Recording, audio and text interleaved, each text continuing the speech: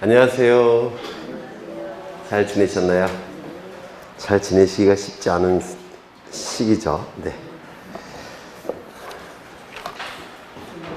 벌써 8월도 다 갔네요. 8월도. 시험이 얼마 안 남았는데. 날짜 안 써놨네요. 네.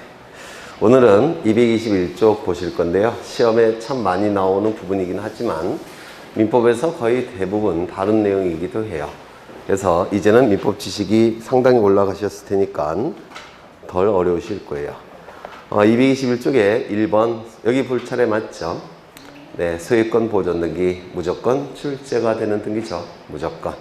존재하는 소유권을 보호하기 위해서 최초로 갖추는 등기, 소유권 보존 등기라고 하고, 이 소유권 보존 등기는 보존 등기라는 용어 자체가 존재하는 소유권이기 때문에 다른 권리에서는 쓸 수가 없는 용어입니다. 그래서 보존 등기는 소유권에서만 쓰는 용어죠.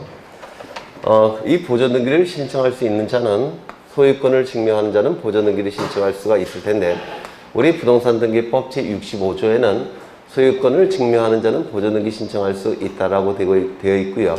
소유권을 증명할 수 있는 자는 어떠한 자가 있냐면 65조에서 네 가지를 규정두고 있습니다. 첫 번째는 뭐죠?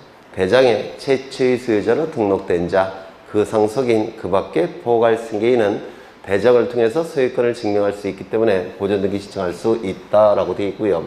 두 번째, 법원의 확정 판결에 의해서 소유권을 증명하는 자도 보존 등기 신청할 수 있다라고 되어 있고, 3호에서는 수용에 의해서 소유권 취득을 증명하는 자도 보존 등기 신청할 수가 있고, 4호에서는 특별자치도지사, 시장, 군수, 자치구청장의 확인에 의해서 소유권을 증명하는 자도 보존 등기를 신청할 수 있다라고 65조에 규정되어 있는데, 이 65조는 무조건 외우셔야 돼요. 그렇죠. 이젠 다 외우셨을 거예요. 이때 1호부터 3호까지는 건물에 대한 보존 등기 신청도 가능하고 토지에 대한 보존 등기 신청도 가능합니다. 그런데 이 4호는 건물에 대한 보존 등기 신청은 가능하지만 토지에 대한 보존 등기 신청은 허용되지 않죠. 이게 이제 가장 많이 출제가 된 내용입니다. 특별자치도지사, 시장군수, 자치구청장의 확인에 의해서 소유권을 증명할 수 있는 자는 건물에 대한 보존 등기 신청은 가능하고 토지에 대한 보존 등기 신청은 허용되지 않을 겁니다. 그러면 왜 4호는 건물만 보존 등기 신청이 가능하고 토지는 보존 등기 신청이 허용되지 않냐면, 토지의 경우에는 공간정보법에 의해서 지적공부가 반드시 존재합니다. 지적공부가 반드시 존재하고, 이 지적공부에서 가장 중요한 지적공부가 토지대장, 임야대장이죠. 토지대장과 임야대장이 공간정보법에 의해서 반드시 존재해요. 따라서 1호 갖고 보존 등기를 신청할 수가 있기 때문에 4호는 필요가 없다는 겁니다. 이게 이제 4호의 이유가 되겠죠. 그런데 건물의 경우는 얘기가 달라지죠. 건물은 허가를 받은 건물도 있을 테고 허가를 받지 않은 건물도 있을 텐데, 허가를 받은 건물의 경우에는 건축물 대장이 존재합니다. 건축물 대장이 존재하기 때문에 1호 갖고 보존 등기 신청이 가능해요. 그런데 이 허가를 받지 아니한 건물, 무허가 건물은 건축물 대장이 존재하지 않습니다. 그러면 허가를 받지 아니한 무허가 건물의 경우는 재산적 가치가 없냐? 그건 아니죠. 재산적 가치가 있기 때문에 소유권을 보호할 필요성이 있다는 겁니다. 따라서 이 건축물 대장과 같은 역할을 하는 게 필요한데, 그게 바로 요 4호의 확인서입니다. 따라서 이 확인서는 건축물 대장의 역할을 하기 때문에 건축물 대장과 같은 내용이 등록되어 있어야 돼요. 건축물 대장과 같은 내용은 뭐가 있죠? 건축물의 표시와 그리고 소유자의 표시. 이것이 이 소유권, 건물에 대한 보존 등기를 신청할 수 있는 확인서의 요건입니다. 건축물의 표시와 소유자 표시. 이게 보존 등기 신청할 수 있는 확인서의 요건이 될 테고, 또한 이 두 가지 요건을 충족한다면 이제 건축물 대장이 없다고 하더라도 여기 4호 갖고 보존 등기를 신청할 수가 있더라는 겁니다. 그러면 이 확인서의 요건은 두 가지가 될 텐데, 그렇다면 건축허가서는 확인서가 될 수가 있느냐? 건축허가서에는 건축물의 표시가 들어가 있고, 그 다음에 건축주가 등록되어 있죠. 건축주 또는 건축허가 명의인이라고도 하는데, 이때 이 건축물의 표시는 이 건축물의 표시가 될 수 없다라고 했죠. 왜냐하면 여기서 이 건축물의 표시는 건물이 완성된 이후에 건물의 객관적 외형을 정확하게 표시해야 되는데 이 건축 허가서 자체가 건물이 짓기 전에 그 이전에 사전에 허가를 받는 것이어서 이 건축물의 표시는 건물의 객관적 외형을 정확하게 표시하고 있지 못합니다. 또한 여기서 이 소유자 표시가 허가서의 확인서의 요건이 될 텐데 여기서 이 건축주는 소유자라고 볼 수가 없습니다. 남의 이름을 빌려서 허가를 받는 경우가 너무 많기 때문에 이것도 소유자의 표시로 볼 수가 없다는 겁니다. 따라서 이 건축 허가서를 가지고 건물에 대한 보존 등기를 신청할 수 있다 없다? 없다 이렇게 얘기를 할 겁니다. 그 다음에 이제 1호가 제일 중요할 텐데 1호 대장에 최초의 소유자로 등록된 자 그 상속인 그 밖에 포괄 승계인은 보존 등기 신청할 수가 있는데 이때 이 대장이라 하면 토지대장, 임야대장, 건축물 대장을 얘기할 겁니다. 또한 이 대장에 최초의 소유자로 등록된 자는 보존 등기 신청이 가능한데 여기 부동산 표시사항이 대장에 등록되어 있고 최초의 소유자로 갑이 등록되어 있다는 겁니다. 최초의 소유자인 갑은 최초의 소유자로 등록된 갑은 보존 등기 신청이 가능한데 그렇다면 갑이 사망했으면 이 갑은 보존 등기 신청이 허용되지 않죠. 사망했다면 권리 능력이 없으니까 따라서 갑이 가지고 있는 보존 등기 신청권은 누가 행사할 수밖에 없습니까? 상속인이. 그래서 최초의 소유자로 등록된 자, 그자의 상속인은 보존 등기 신청이 가능할 테고 그렇죠. 그 다음에 최초의 소유자로 등록된 자로부터 이전 등록을 받은 자는 보존 등기 신청할 수 있습니까? 없습니까? 없습니다. 최초의 소유자로 등록된 자가 보존 등기 신청할 수 있다라고 명문으로 규정되어 있기 때문에 반대 해석상 이전 등록을 받은 자는 보존 등기 신청이 허용되지 않습니다. 그러면 이전 등록을 받은 자의 상속인은 당연히 보존 등기 신청이 허용되지 않을 겁니다. 그렇겠죠. 다만 조심하셔야 될 것은 토지대장, 임야대장의 경우에는 토지의 표시가 등록되어 있고 최초의 소유자로 국가로 등록되어 있는 경우가 있습니다. 그러면 이 국가로부터 이전 등록을 받은 자는 예외적으로 보존 등기 신청이 가능하다 이렇게 얘기합니다. 이건 어디까지나 토지의 경우에 한정이 돼요. 건물은 해당되지 않습니다. 그래서 맨 처음에 국가가 탄생하면 국가 안에 있는 모든 토지들은 무조건 국가 소유예요. 국민에게 분배된 것이죠. 그래서 이것도 결국은 토지의 경우에는 이게 생략이 된 겁니다. 그래서 토지의 경우는 예외적으로 국가로부터 이전 등록을 받은 자는 보존 등기 신청이 가능합니다. 건물은 해당되지 않아요. 토지의 경우에만. 그러면 이 갑은 보존 등기 신청이 가능하니까 갑의 상속인도 보존 등기 신청이 당연히 가능합니다. 그렇겠죠. 상속이라는 개념 자체가 피상속인이 사망하게 되면 피상속인이 가지고 있는 모든 재산적 권리와 의무는 포괄해서 승계가 되기 때문에 이 보존 등기 신청권도 당연히 상속인에게 포괄해서 승계가 되는 겁니다. 그래서 피상속인이 보존 등기 신청이 가능하다면 상속인도 당연히 보존 등기 신청이 가능한 겁니다. 그러면 최초의 소유자로 등록된 자, 그 상속인은 보존 등기 신청할 수가 있고 또한 최초의 소유자로 등록된 자로부터 포괄 승계를 받은 자도 보존 등기 신청이 가능하죠. 포괄 승계에 해당되는 게 문제가 되는 게 유증이죠. 유증은 둘로 나눠지는데 포괄 유증도 있을 테고 그리고 특정 유증도 있겠죠. 그러면 포괄 유증을 받은 자는 포괄 승계인이기 때문에 최초의 소유자로 등록된 자로부터 포괄 유증을 받은 자는 보존 등기 신청이 가능하다라고 얘기할 겁니다. 특정 유증을 받은 자는 보존 등기 신청이 가능합니까? 불가능하다 이렇게 얘기를 합니다. 그래서 이 특정 유증을 받은 자는 보존 등기 신청이 불가능하니까 이때 상속인 이름으로 보존 등기한 다음에 특정 유증을 받은 자 명의로 이전 등기를 하게 될 겁니다. 또한 만약에 이게 법인이라고 한다면 법인이 합병이 되면 합병은 두 가지가 있는데요. 신설 합병이라는 것도 있고 그 다음에 흡수 합병이라는 것도 있습니다. 신설 합병이라는 건 뭐냐면 A 법인과 B 법인이 합병을 하게 되면 새로운 C 법인이 신설이 될 때 이걸 신설 합병이라고 얘기합니다. 그러면 A 법인과 B 법인이 가지고 있는 모든 재산적 권리와 의무는 포괄해서 승계가 이루어지죠. 맞아요. 그렇다면 요 A 법인이나 B 법인이 보존 등기 신청 권한이 있다고 한다면 이것도 포괄 승계가 되니까 C 법인은 보존 등기 신청이 가능합니다. 맞아요. 그렇죠. 그 다음에 흡수합병은 뭐냐면 A 법인과 B 법인이 합쳐져 갖고 B 법인이 탄생을 하더라는 겁니다. 결국은 A 법인은 B 법인에 흡수된 것이죠. 그러면 이때 A 법인이 가지고 있던 모든 재산적 권리와 의무는 B 법인에게 포괄해서 승계가 되죠. 이때도 A 법인이 보존등기 신청권이 있다고 한다면 B 법인도 보존등기를 신청할 수가 있을 겁니다. 그래서 이 포괄유증도 포괄승계의 대표주자고 요 합병도 포괄승계의 대표주자예요. 그러면 마찬가지로 합병을 통해서 포괄승계를 받은 법인도 보존등기 신청이 당연히 가능합니다. 포괄승계이 될 테니까. 맞죠? 그 다음에 여기서 갑으로부터 포괄유증을 받은 자는 보존등기 신청이 가능합니까? 가능하겠죠? 특정 유증을 받은 자는 보존등기 신청할 수 있습니까? 없습니까? 없죠. 이때는 상속인 명의로 보존등기 한 다음에 포괄유증을 받은 자 명의로 이전등기를 할 겁니다. 원로부터 포괄유증을 받은 자는 보존등기 신청할 수 있습니까? 얘가 없으니까 당연히 안 될 테고, 특정 유증을 받은 자도 얘가 안 되니까 당연히 안 될 테고, 그 다음에 갑으로부터 포괄유증을 받은 자는 보존등기 신청이 가능하죠. 특정 유증을 받은 자는 당연히 안 될 겁니다.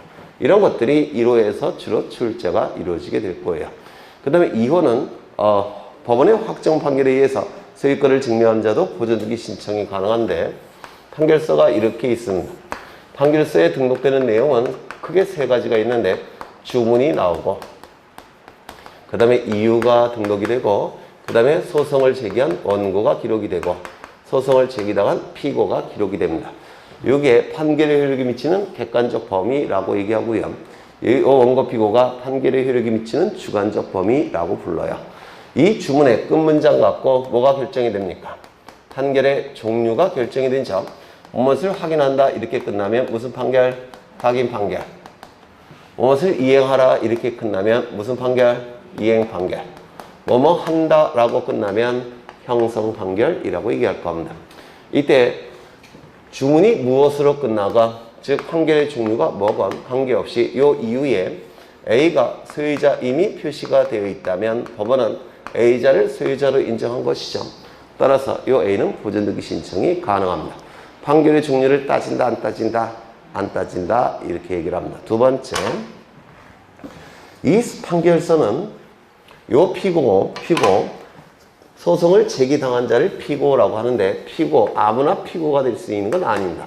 피고가 될 수 있는 적합한 격이 있는 자만이 피고가 될 수가 있는 겁니다. 피고 적격이 있는 자를 피고로 삼은 판결만이 정당한 판결이 돼요. 피고 적격이 없는 자를 피고로 삼은 판결은 이건 정당한 판결이 아닙니다. 따라서 피고 적격이 있는 자만이 피고가 될 수가 있는데요. 피고 적격이 있는 자는 누구냐면 보존등기를 신청할 가능성이 있는 자, 즉 분쟁의 상대방, 소유권에 관한 분쟁의 상대방이 보존등기 신청이 가능성이 있는 자, 그 자를 피고로 삼은 판결만이 정당한 판결이 될 수가 있습니다. 예를 들어서 갑은 이러한 건물을 신축합니다. 그러면 갑은 소유권을 가지게 될 겁니다. 신축한 자니까. 그런데 을이라는 자가 서류를 위조합니다. 어떠한 서류를 위조했느냐면 이 건물을 신축할 때 인건비 들죠, 자재비 들죠. 그러면 인건비와 자재비에 관한 영수증이 있을 겁니다. 이 영수증을 을이 자신이 비용을 댔다는 의미로서 이 영수증을 위조를 했다는 겁니다. 자신이 비용을 댄 것처럼 해서. 그래서 대장소관청에 가서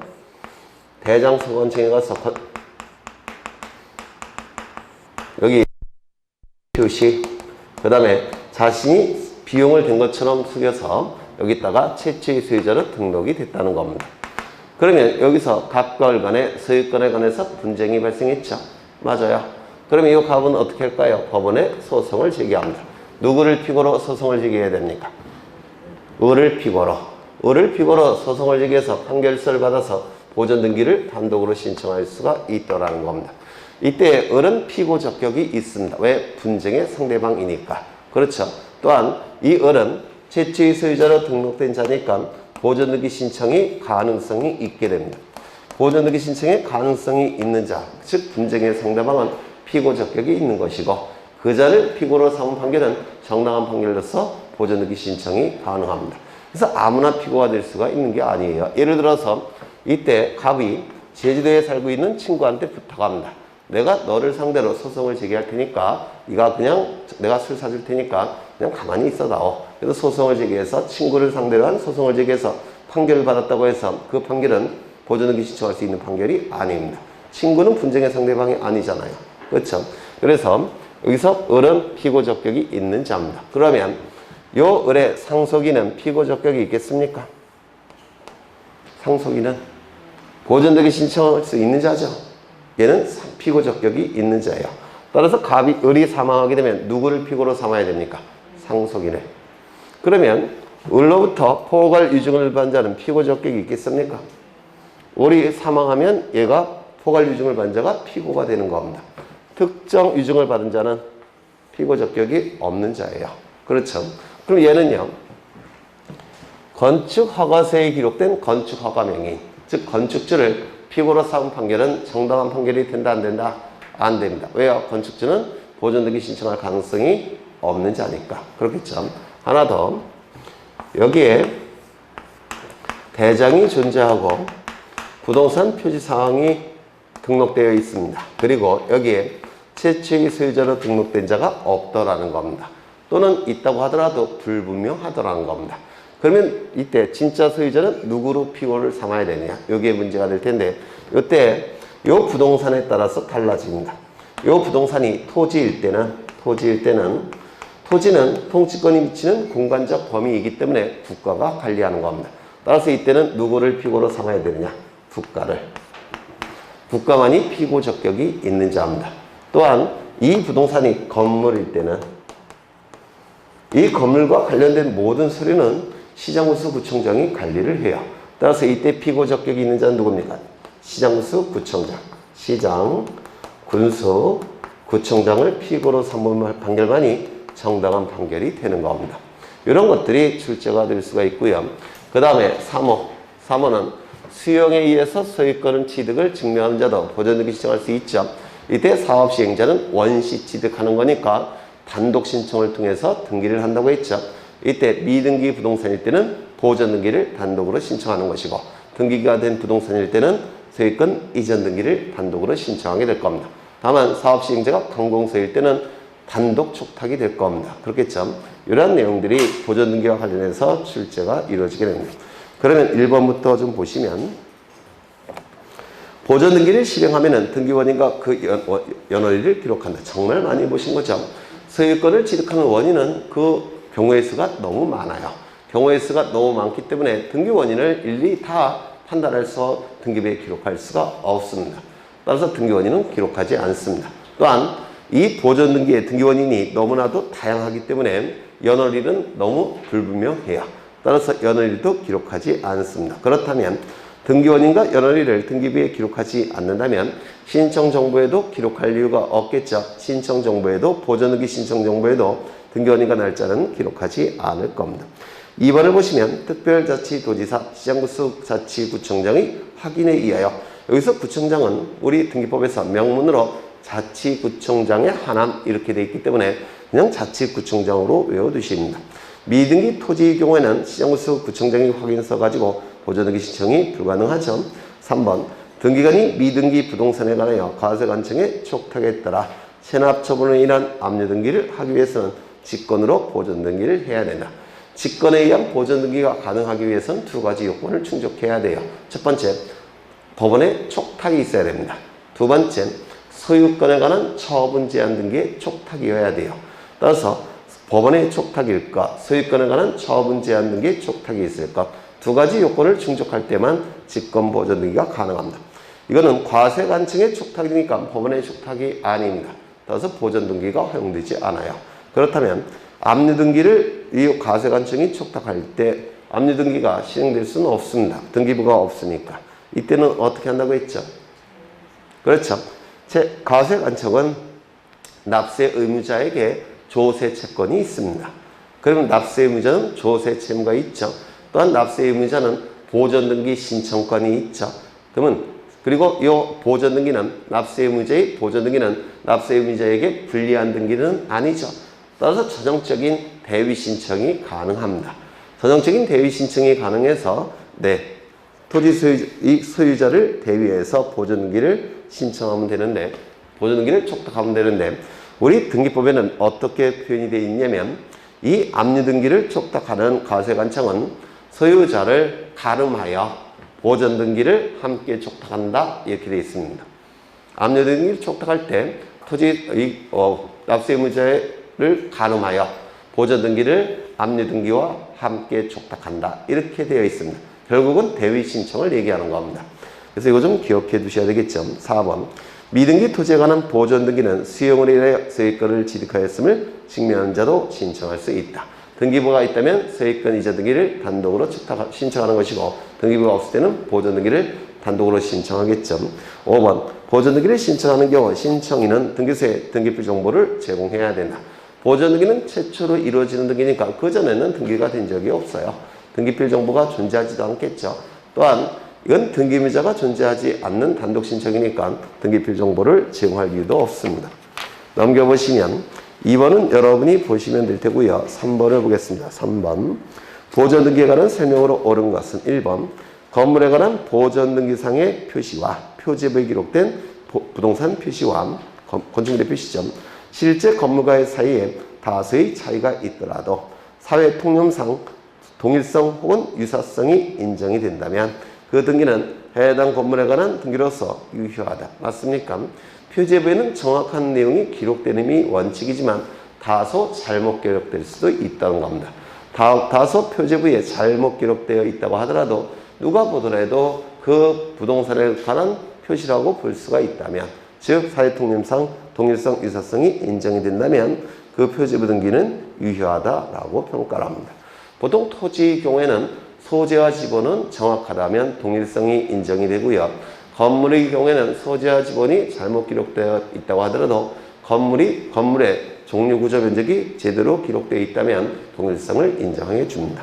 2번 대장 등본에 대장상 소유권 이전 등록을 받은 소유명의는 최초의 소유자 명의로 하는 보존등기 없이 자기 명의로 직접 보존등기를 신청할 수는 없죠. 다만 예외가 존재하죠. 토지 경우에 한해서는 국가로부터 이전 등록을 받은 자는 예외적으로 보존등기 신청이 가능하다고 했습니다. 3번 부동산의 전 소유자가 해당 부동산에 관하여 경려된 보존등기 명의제에 대한 양도사실을 부인하더라도 보존등기의 추정력은 인정이 된다. 권리변동의 추정력이 인정이 되느냐? 소유권 이전 등기는 공동신청이니까 권리변동의 추정력을 인정할 수 있죠. 하지만 소유권 보존등기는 단독 신청에 의한 등기니까 권리변동의 추정력을 추정할 수 없다라고 했죠. 5번, 4번 미등기 토지를 지적공부상 국가로부터 소유권 이전 등록을 받은 소유명의는 국가 명의로 보존등기 후 이전 등기를 해야 된다. 아니죠. 토지 경우에는 국가로부터 이전 등록을 받자는 보존등기 신청이 가능할 테고 5번 토지대장, 임야대장, 건축물 대장에 최초의 소유자로 등록된 있는 자의 상속인은 직접 보존등기 신청이 가능하겠죠. 네. 뭐 다 아는 것들이니까 넘어가겠습니다. 다 설명이 된 거예요. 5번을 보시죠. 5번 판결에 의하여 자기의 소유권을 증명한 자는 보존등기를 신청할 수 있다. 틀린 것은 1번 신청인에게 소유권이 있음을 증명하는 확인 판결은 보존등기를 신청할 수 있는 판결에 해당된다. 판결의 종류는 따지지 않죠. 그렇죠. 판결의 종류는 따지지 않습니다. 이 판결 이후에 소유자 이름이 표시가 되어 있다면 그자는 법원에 의해서 소유권자로 인정이 됐기 때문에 보존등기 신청이 가능할 겁니다. 다만 이때는 피고 적격이 있는 자를 피고로 삼은 판결만이 정당한 판결이라고 했습니다. 건물에 대해 국가를 상대로 하여 소유권 확인 판결을 받은 경우 보존등기 신청은 할 수가 없죠. 피고 적격이 없는 자죠. 건물의 경우는 시정수 구청장을 피고로 삼아야 될 겁니다. 3번 해당 부동산이 보존등기 신청인의 소유임을 이유로 보존등기 말소를 명한 판결. 보존등기 말소를 명한 판결은 이행 판결이에요. 말소 등기 의무를 이행하라라고 끝납니다. 이행 판결이고 판결 이후에 보존등기 신청인의 소유임을 이유로라고 되어 있죠. 그러면 그자는 법원이 소유자로 인정한 자니까 보존등기를 신청할 수 있을 테고요.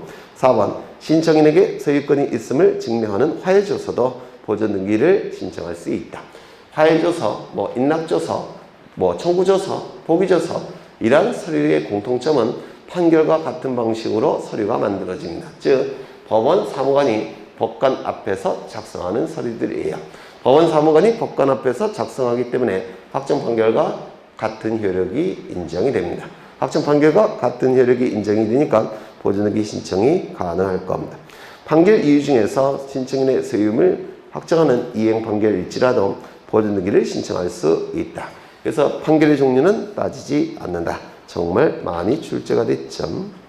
그 다음에 6번을 보시면 뭐 1번 틀렸을 테고 2번 이것도 뭐 2번을 보시죠. 건물에 대하여 건축 허가 명의를 상대로 한 소유권 확인 판결은 소유권을 증명하는 판결에 해당되느냐? 안 되죠. 피고 적격이 없는 자를 피고로 삼은 판결이기 때문에 정당하지 못한 판결이겠죠. 3번을 보시면 토지대장상 공유인 미등기 토지에 대한 공유물 분할 판결 뭐죠? 형성 판결. 판결의 종류는 따지지 않죠. 그래서 이것도 맞는 질문이 될 테고 뭐 나머지는 다 보신 거예요. 그 다음에 뭐 7번도 다 똑같은 지문인데 7번 뭐 보실 게 네, 별로 없네요. 혼자 보셔요. 뭐 다 설명된 거니까.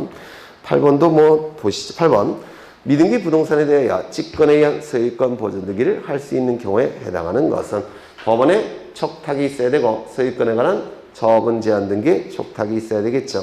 그러면 1번, 2번 기업과 니은은 해당되는 게 없을 테고 디귿을 보시면 경매 개시 결정 등기는 이거는 누가 촉탁하는 겁니까? 법원이 촉탁하는 것이죠.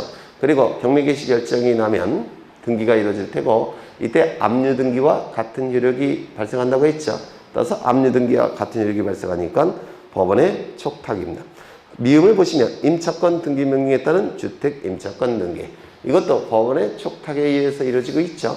또한 이 임차권 등기가 실행이 되면 처분 제한의 효력이 나타납니다. 멋대로 처분할 수 없게 되죠. 따라서 이때도 직권에 의한 보존 등기가 이루어지는 경우예요. 근데 이거에 문제가 좀 현찮은데 여기 법원이라는 표현이 명시되면 좋은데 명시 안 됐죠. 네. 보통 이게 다 법원이 하는 것들입니다.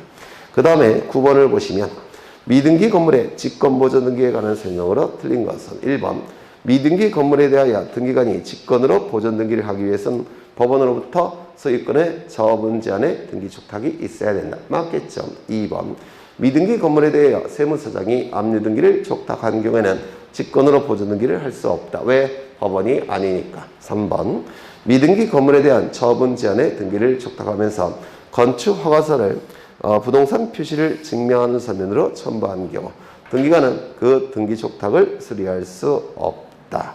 이거 맞았을까요? 틀렸을까요? 건축 허가서는 부동산 표시를 증명하는 서면이 될 수가 없어요. 부동산 표시를 증명하는 서류가 되기 위해서는 건물이 완성된 이후에 건물의 객관적 외형을 정확하게 표시되어야 한다고 했죠. 근데 건축 허가서는 건물이 완성된 후에 작성되는 서류 자체가 아니죠. 맞아요. 건물의 객관적 외형을 정확하게 표시하지 않습니다.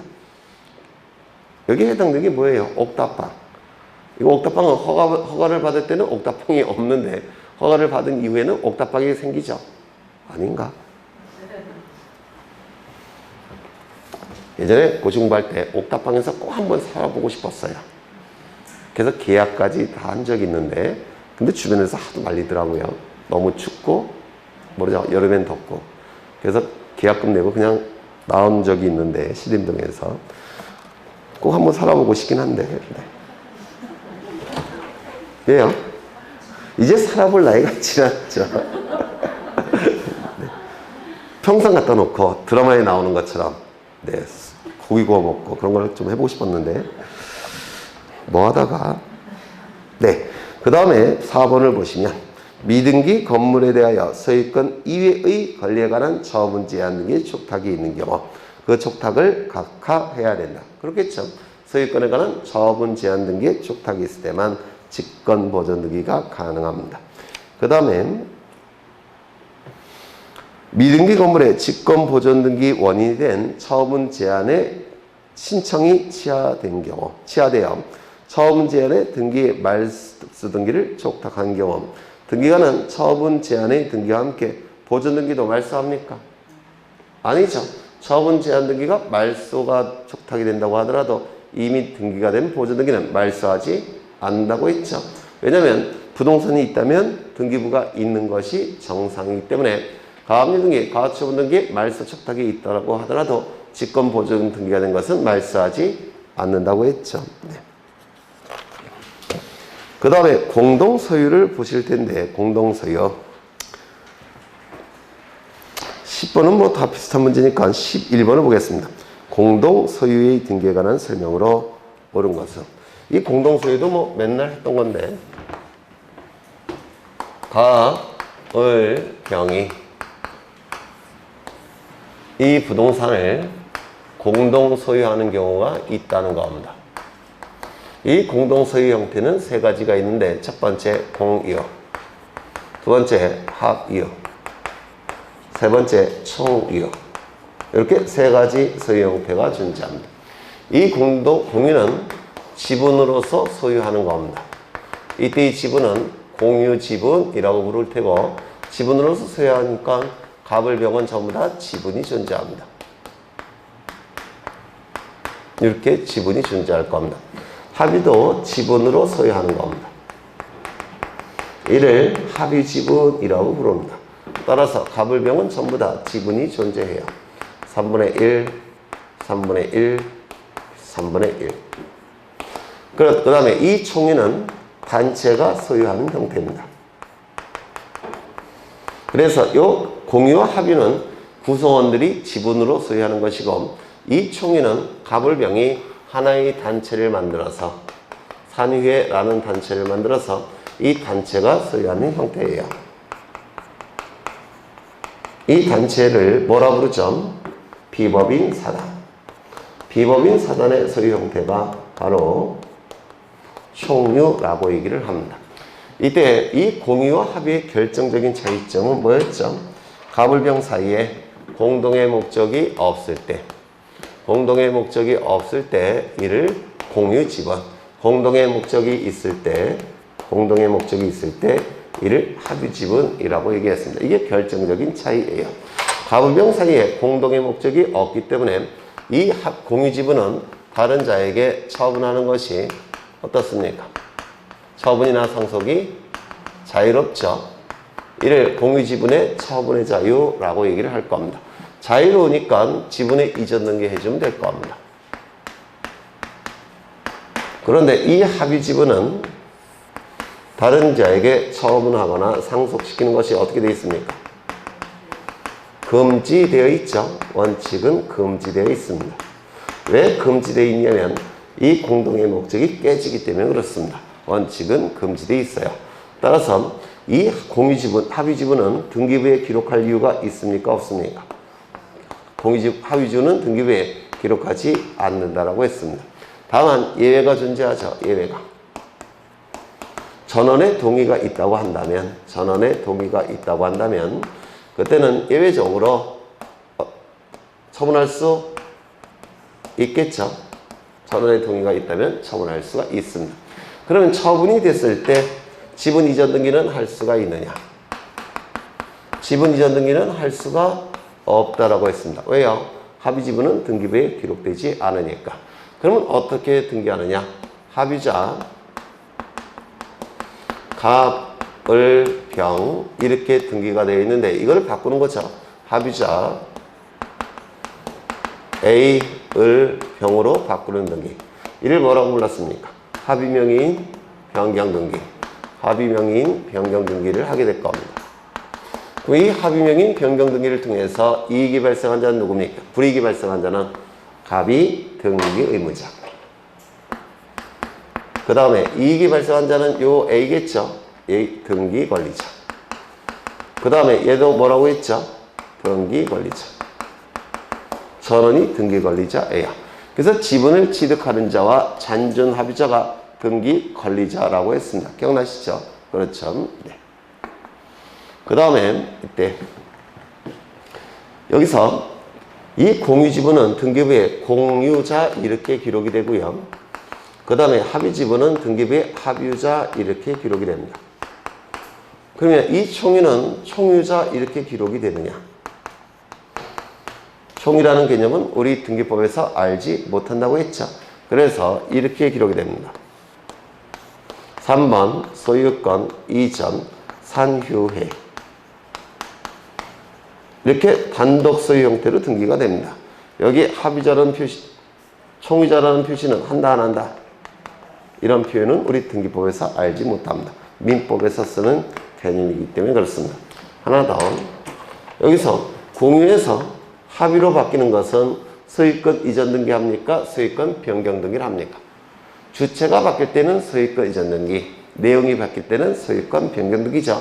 그러면 가불병에서 가불병으로 주체가 바뀌었습니까? 안 바뀌었습니까? 안 바뀌었죠. 다만 내용이 바뀌었죠. 따라서 이때는 소유권 무슨 등기? 변경 등기. 마찬가지로 합의해서 공유로 바뀌는 것도 소유권 변경 등기. 그 다음에 이 공유에서 총유로 바뀌는 것은 주체가 바뀌었습니까? 내용이 바뀌었습니까? 주체가 먼저 달라졌죠. 따라서 이때는 소유권 이전 등기. 맞아요. 이것도 소유권 이전 등기. 그 다음에 여기서 합의해서 총유로 바뀌는 것은 주체가 달라졌죠. 따라서 소유권 이전 등기. 이것도 소유권 이전 등기.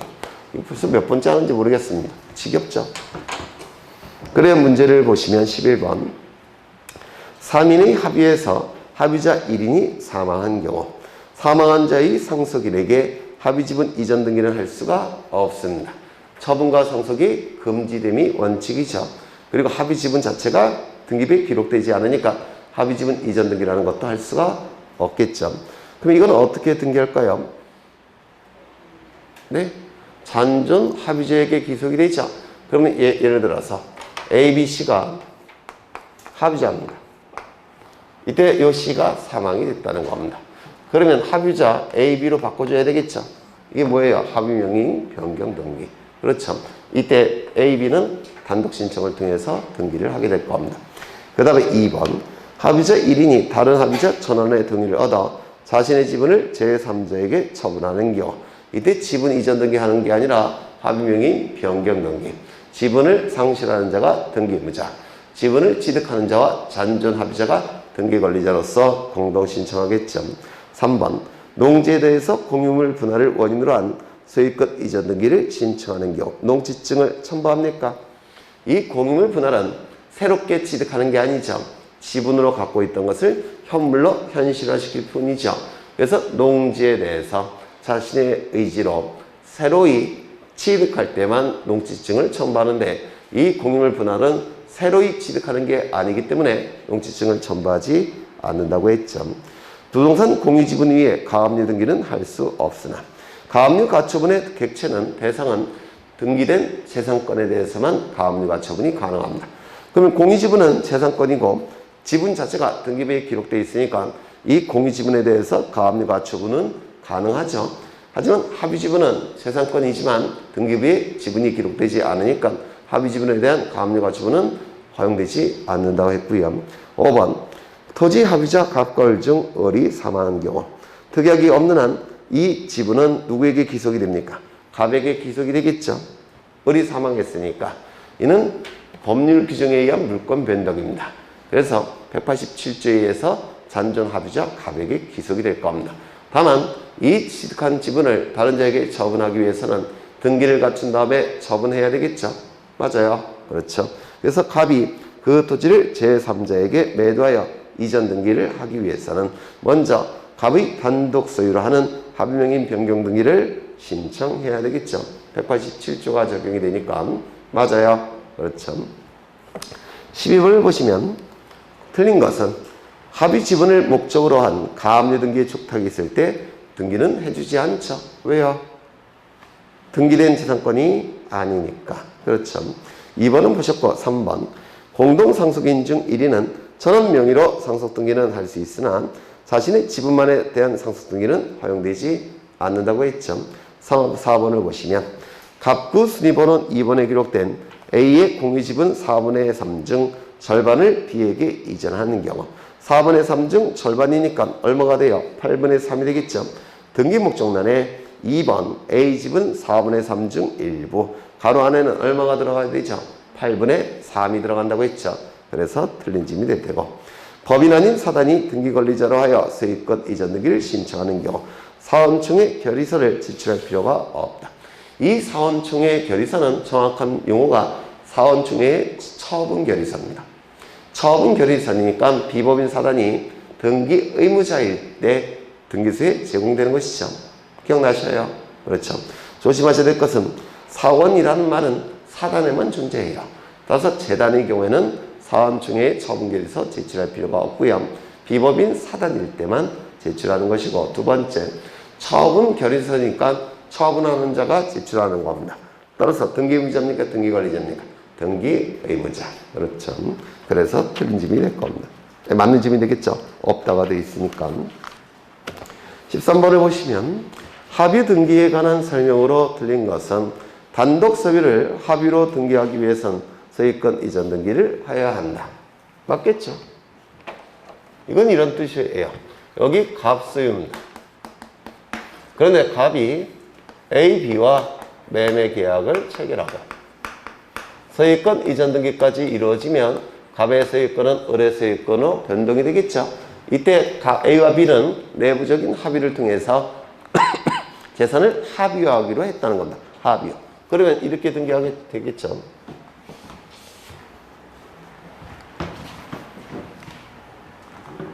대략 모르겠다. 1번 소유권 보전 갑에서, 2번 소유권 이전 합의자 A, B 이렇게 등기하겠죠. 맞아요. 그래서 당연히 소유권 이전 등기를 해야 한다. 맞는 질문입니다. 단독 소유를 합의로 바꿀 때는 소유권 이전 등기를 해야 될 겁니다. 합의도 소유권 취득이기 때문에 그렇습니다. 2번 합의 등기에 있어서는 그럼 공유로 바꿀 때는 어떻게 해요? 여기 공유자 이렇게 할 테고 여기 2분의 1 이렇게 기록하면 되겠죠? 아니에요? 맞죠? 네. 2번 합의 등기에 있어서 등기부상 합의자의 지분을 표시하지 아니한다. 맞겠죠? 3번 합의자가 3인 이상인 경우 그중 1인이 사망한 때는 잔존 합의자의 합의로 하는 합의명의 변경 등기를 신청할 수 있다. 맞겠죠? 이건 단독 신청일까요? 공동 신청일까요? 네? 아니, 합의자 A, B, C인데 C가 사망을 했다는 겁니다. 그러면 이거는 상속되지 않으니까 요 잔존 합의자의 지분 비율로 기속이 되겠죠. 맞아요. 그러면 A, B, C에서 이제 뭐로 바뀝니까? A, B로. 이 등기가 이루어짐으로 인해서 이익이 발생한 자는 누굽니까? A, B 등기 권리자. 불이익이 발생한 자는 누굽니까? C 등기부자. 그런데 돌아가셨잖아요. 등기부자가 존재하지 않죠. 따라서 단독 신청. 그렇죠. 그 다음에 4번 2인이 합의자 중 1인이 사망한 경우 잔존 합의자는 그의 단독 소유로 합의명의 변경 등기를 신청할 수 있다. 맞겠죠? 2명 중에서 하나가 돌아가셨으니까 이것도 당연히 단독 신청이 될 겁니다. 그 다음에 5번 공유자 전원이 소유관계를 합의로 변경하는 경우 이때는 공유에서 합의로 바뀔 때는 무슨 등기한다고요? 소유권 변경 등기를 신청하는 것이죠. 이전 등기가 아니라 변경 등기. 그래서 틀린 점이 될 겁니다. 14번을 보시면 14번에 답이 몇 번이로 되어 있죠? 1번은 총유겠죠. 맞아요. 법인 아닌 사단이니까 총유. 공유자 중 1인의 지분 포기로 인한 소유권 이전 등기는 지분을 포기한 자가 등기의무자, 지분을 취득하는 자가 등기권리자, 공동신청이겠죠. 법인 아닌 사단이 등기의무자일 경우 신청정보와 함께 사원총회에 처분결의서를 제공해야 된다. 사원이 있기 위해서는 비법인 사단이어야 되고, 그렇죠. 그 다음에 처분결의서니까 등기의무자일 경우 등기소에 제공하는 겁니다. 그래서 이것도 맞는 지분이에요. 그 다음에 4번 공유지분에 대하여 소유권 이전 등기, 저당권 등기, 처분 제한 등기, 지분은 가능하죠. 하지만 공유지분에 대해서 유증권 등기는 허용되지 않는다. 맞을 테고 3번, 4번 두 개가 답입니다. 그 다음에 5번 각 공유자는 자유롭게 공유물을 분할을 청구할 수 있으나 특약에 의하여 분할을 제한할 수 있으며 이 공유물 분할 제한에 관한 등기는 첫 번째 공유자 전원에게 이해관계가 있죠. 전원이 그 다음에 이 공유물 제한에 대해서 불이익이 발생한 자도 있겠죠. 맞아요. 따라서 공동으로. 그래서 이 공유물 분할금지 약정과 관련된 등기는 공유자 전원이 공동으로. 전원 공동이라는 단어가 반드시 나와야 됩니다. 전원 공동. 그 다음에 넘겨보시면 16번 등기 16번을 보겠습니다. 등기 신청 정보에 기록하는 등기원인 일자에 관한 설명으로 옳은 것은 1번 매매를 원인으로 하는 소유권 이전 등기 신청 정보에는 매매 계약서상 잔금 지급일을 등기원인 일자로 기록한다. 여기서 등기원인은 매매 계약 체결일이죠. 잔금 지급일이 아니라 왜 그래요? 매매 안에는 물권 행위가 있기 때문에 그렇습니다. 그래서 물권 행위 자체가 등기원인이에요. 그런데 그 물권 행위가 매매 안에 들어가 있으니까 매매 계약 체결일이 등기원인 날짜가 됩니다. 그래서 틀린 점이 될 테고 조건이 붙은 유증을 원인으로 하는 소유권 이전 등기 신청 정보에는 조건 성취 시 기한 도래 시가 효력이 발생하니까 그게 등기원인 날짜가 되겠죠. 진정 명예회복을 원인으로 하는 소유권 이전 등기 신청 정보에는 등기 신청 정보에 등기 접수일을 등기원인 날짜로 기록해야 된다. 이 진정 명예회복을 위한 소유권 이전 등기는 등기원인은 진정 명예회복, 날짜는 기록하지 않는다고 했죠. 따라서 신청 정보에도 날짜는 기록할 이유가 없겠죠. 4번 판결 주문에 등기원인 날짜가 표시되어 있다면 이거는 좀 중요한데요. 아이고.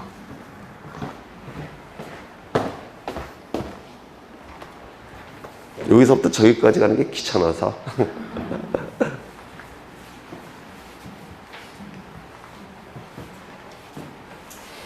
여기 주문에 보통 등기원인과 날짜가 기록되어 있습니다. 보통 주문에 어떤 내용이 나오냐면 2020년 5월 15일 갑가을 사이에 체결된 매매 계약으로 인한 소유권 이전 등기 의무를 매도인 갑은 이행하라. 보통 이렇게 나옵니다.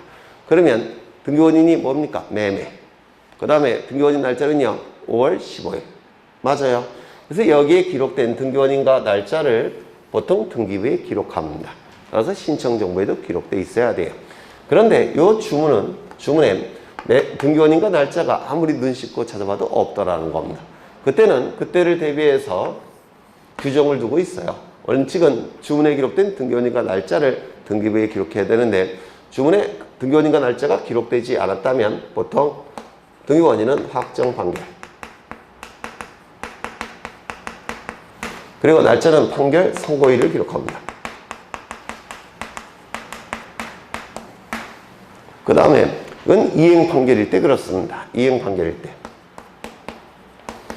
그런데 형성 판결인 공유물 분할 판결은 공유물 분할